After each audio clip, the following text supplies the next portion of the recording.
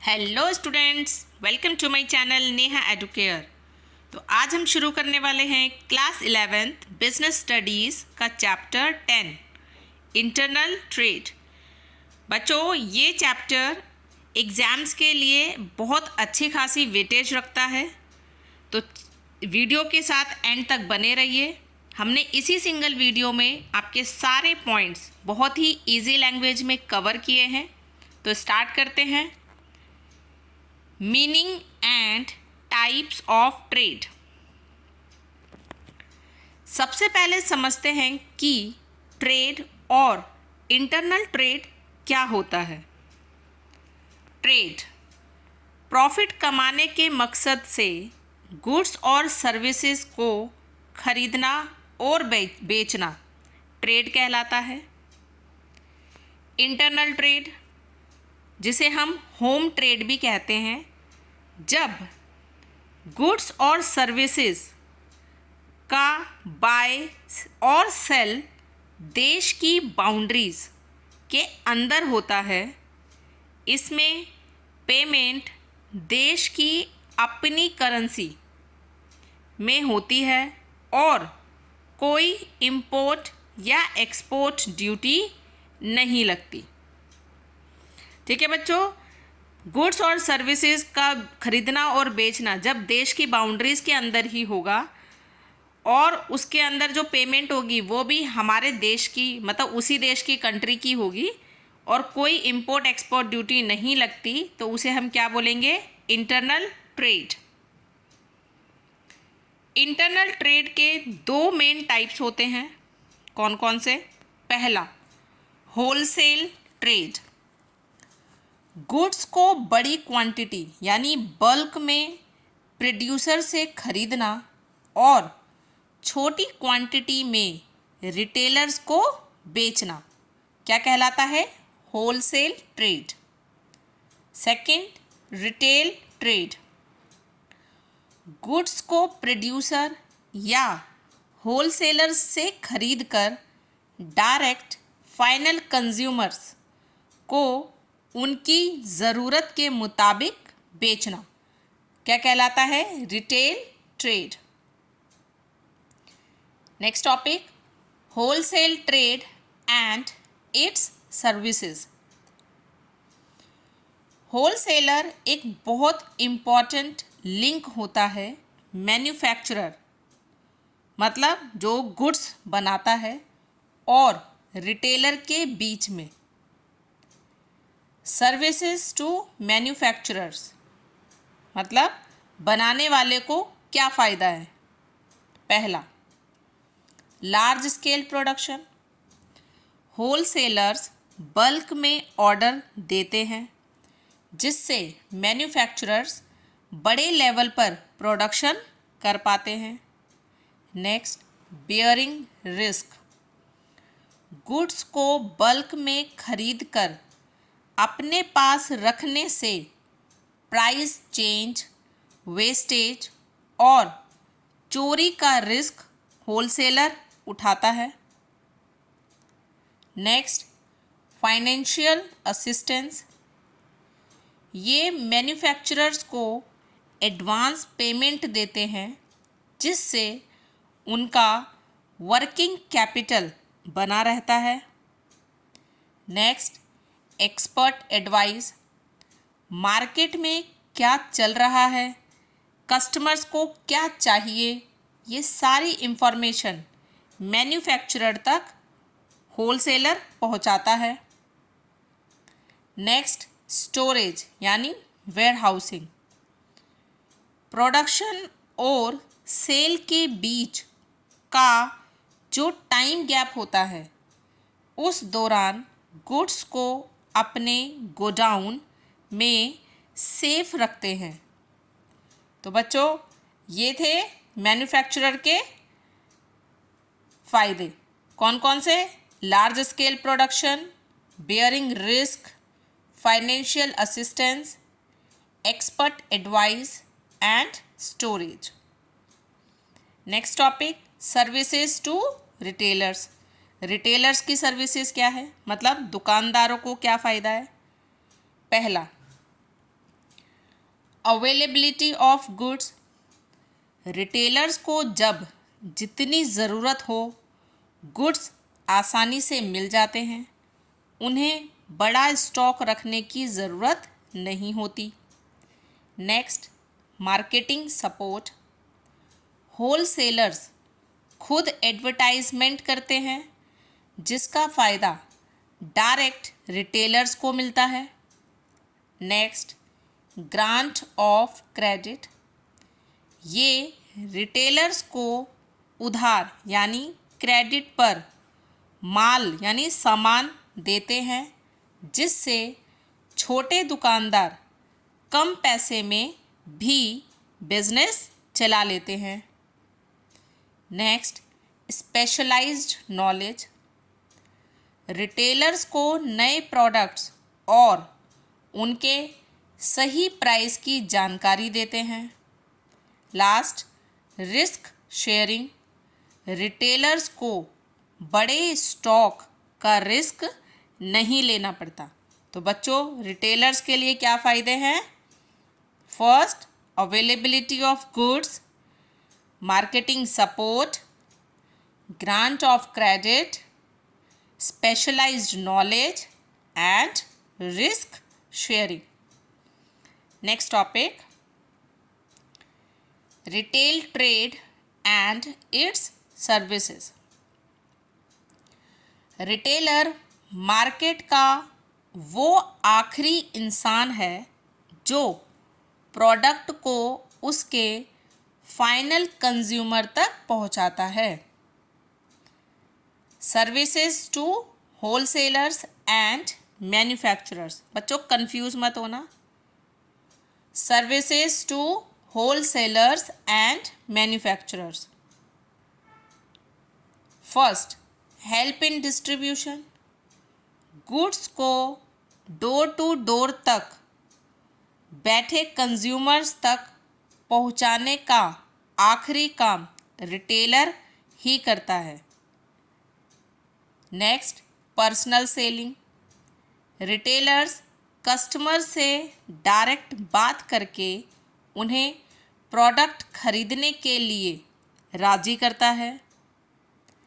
Next, enabling large scale operations, retailers छोटे orders देकर wholesalers को बड़े लेवल पर काम करने में मदद करते हैं। Next, collecting market information, customer का टेस्ट, प्रेफरेंस और फीडबैक डायरेक्ट मैन्युफैक्चरर तक पहुंचाते हैं। बच्चों, पहले हमने क्या पढ़ा था? होलसेलर कैसे सर्विसेज देता है मैन्युफैक्चरर को, ठीक है। और अब हम क्या पढ़ रहे हैं? रिटेलर, ठीक है। तो क्या क्या है इसमें? Help in distribution, personal selling, enabling large scale operations, collecting market information. Next topic, services to consumers. आम जनता को क्या फ़ायदा है? फर्स्ट, रेगुलर अवेलेबिलिटी, कंज्यूमर्स को उनकी ज़रूरत का सामान हमेशा उनके घर के पास मिल जाता है। नेक्स्ट, वाइड सिलेक्शन, रिटेलर्स के पास अलग अलग ब्रांड्स और वैरायटीज़ का स्टॉक होता है जिससे कस्टमर चूज़ कर सकता है कि उसे क्या चाहिए। न्यू प्रोडक्ट इंफॉर्मेशन, मार्केट में आने वाले हर नए प्रोडक्ट का डिस्प्ले और जानकारी रिटेलर ही देता है। नेक्स्ट, कन्वीनियंस इन बाइंग, घर के पास होना, छोटी क्वांटिटी में मिलना और लंबे समय तक दुकान खुली रहना कस्टमर के लिए आसान होता है। क्रेडिट फैसिलिटीज़, पुराने और मिलती जुलती पहचान वाले कस्टमर्स को रिटेल दुकानदार उधार की सुविधा भी देते हैं। तो बच्चों, कस्टमर्स को क्या सर्विस दी जाती है? उनको क्या फ़ायदे दिए जाते हैं? First, regular availability, wide selection, new product information, convenience in buying and credit facilities. Next topic पढ़ते हैं, क्लासिफिकेशन ऑफ रिटेलर्स। रिटेलर्स को उनके ऑपरेशन के तरीके पर दो मेन कैटेगरीज में बांटा गया है। फर्स्ट, इटिनेरेंट रिटेलर्स, मतलब घुमंतू दुकानदार, मतलब जो घूमते रहते हैं जगह जगह। ये वो रिटेलर्स होते हैं जिनकी कोई फिक्स्ड शॉप नहीं होती। ये अपना सामान लेकर अलग अलग जगह घूमते रहते हैं, जैसे पेडलर्स एंड हॉकर्स, जो साइकिल, रिक्शा या सर पर टोकरी रखकर गली गली सामान बेचते हैं, जैसे vegetable sellers. Next, market traders, जो अलग अलग जगह लगने वाली वीकली मार्केट्स, जैसे सोमवार बाज़ार, बुध बाज़ार में दुकान लगाते हैं। नेक्स्ट, स्ट्रीट ट्रेडर्स, जो बिज़ी रास्तों, बस स्टैंड्स या रेलवे स्टेशंस के फुटपाथ पर सामान लगाते हैं। नेक्स्ट, चीप जैक्स, जो किसी कॉलोनी में थोड़े समय के लिए टेम्पररी दुकान या टेंट लगाते हैं और डिमांड ख़त्म होने पर जगह बदल लेते हैं। जैसे आपने देखा होगा, नवरात्रि के टाइम पर शॉप लगा लेते हैं तो उसमें माता का सामान बेचते हैं, दिवाली के टाइम पे दिए लगा लिए, तो ये सब क्या है? Cheap Jacques. तो फर्स्ट वाला कौन सा हुआ? इटिनेरेंट रिटेलर्स, मतलब घूमने वाले दुकानदार जिनकी कोई फिक्स शॉप नहीं होती। तो इसमें कौन कौन से टाइप्स के हैं? पेडलर्स एंड हॉकर्स, दूसरा मार्केट ट्रेडर्स, तीसरा street traders and last cheap jacks. Next होते हैं फिक्स्ड शॉप रिटेलर्स। इनकी अपनी एक परमानेंट दुकान होती है। ये दो तरह के होते हैं। पहला, स्मॉल स्केल फिक्स्ड शॉप, जैसे जनरल स्टोर्स, जहाँ रोज़मर्रा का सामान मिलता है, जैसे groceries, stationery, soap etcetera. Next, single line stores, जो किसी एक ही कैटेगरी के गुड्स बेचते हैं पर उसमें वैरायटी रखते हैं, जैसे सिर्फ गारमेंट्स की दुकान या सिर्फ फुटवेयर की दुकान। नेक्स्ट, स्पेशलिटी शॉप्स, जो किसी बिल्कुल स्पेसिफिक प्रोडक्ट में डील करते हैं, जैसे सिर्फ बच्चों के कपड़े या सिर्फ educational books. Next, second hand goods shop, जहां पुराना या यूज्ड सामान कम दाम पर मिलता है, जैसे यूज्ड बुक्स या फर्नीचर, जो सेकेंड हैंड सामान बेचते हैं। नेक्स्ट कैटेगरी आती है large scale fixed retail shops. इसमें आता है डिपार्टमेंटल स्टोर्स। एक ही बड़ी बिल्डिंग के अंदर अलग अलग डिपार्टमेंट्स होते हैं, जहां सुई से लेकर गाड़ी तक सब मिल जाता है। इसके फीचर्स क्या है? एवरीथिंग अंडर वन रूफ, मतलब एक ही छत के नीचे सब कुछ मिल जाना।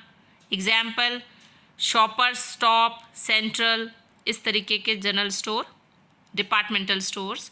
नेक्स्ट, चेन स्टोर्स और मल्टीपल शॉप्स, एक ही कंपनी की बहुत सारी दुकानें जो देश के अलग अलग हिस्सों में होती है। इनका लेआउट, प्राइस और प्रोडक्ट बिल्कुल सेम होते हैं। फीचर्स क्या है इसके? सेंट्रलाइज्ड परचेजिंग होती है पर सेलिंग डिसेंट्रलाइज्ड होती है। कैश सेल्स होती है, कोई क्रेडिट पे नहीं दिया जाता है। Example, Bata, McDonald's, Domino's. Next, mail order houses, ये वो रिटेल बिजनेस है जो बिना फेस टू फेस कांटेक्ट के सिर्फ पोस्ट मतलब डाक या कुरियर के ज़रिए चलता है। सर्कुलर्स और कैटलॉग्स भेजे जाते हैं और माल मतलब सामान VPP मतलब वैल्यू पेएबल पोस्ट के जरिए आता है। नोट, आजकल इसका मॉडर्न रूप ई-कॉमर्स बन गया है। द ऑनलाइन शॉपिंग ई-कॉमर्स के थ्रू जो आप एक ही जगह से मंगाते रहते हो, वहाँ पर आप जो बेचने वाला होता है दुकानदार, आप उससे फेस टू फेस नहीं मिलते हैं और वो बेचने वाला भी कस्टमर से फेस टू फेस नहीं मिलता है। ऑनलाइन सर्विसेज होती है। Next, consumer cooperative stores. ये कंज्यूमर्स खुद मिलकर बनाते हैं ताकि मिडलमैन यानी बिचौलिए को हटाकर सस्ते रेट पर अच्छा सामान खरीद सके। प्रॉफिट्स मेंबर्स में डिवाइड होता है। Next, supermarkets. ये बड़ी सेल्फ सर्विस स्टोर्स होती है जहां फूड और ग्रॉसरी का सामान मिलता है। यहाँ कोई सेल्समैन नहीं होता, आपको खुद ट्रॉली लेकर सामान पिक करना होता है। एग्जाम्पल, बिग बाज़ार, D mart style. Next, vending machines. ये एक ऑटोमेटिक मशीन होती है जिसमें कॉइन या कार्ड टच करने पर प्रोडक्ट ऑटोमेटिक बाहर आ जाता है, जैसे मदर डेयरी की मिल्क ATM या सॉफ्ट ड्रिंक वेंडिंग मशीन्स। तो बच्चों, ये थे आपके 6 टाइप के लार्ज स्टोर्स। कौन कौन सा? पहला डिपार्टमेंटल स्टोर्स, दूसरा चेन स्टोर्स और multiple shops, third mail orders houses, fourth consumer cooperative stores, fifth supermarkets and last vending machines. अब पढ़ते हैं next topic, main documents used in internal trade.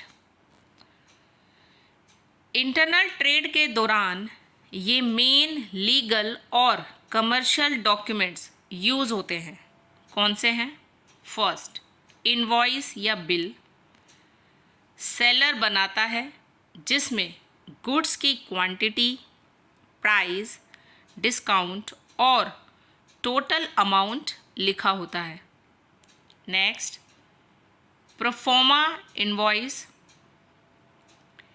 ये एक तरह का एस्टिमेटेड बिल होता है जो सामान भेजने से पहले बायर को जानकारी के लिए भेजा जाता है। Next, debit note.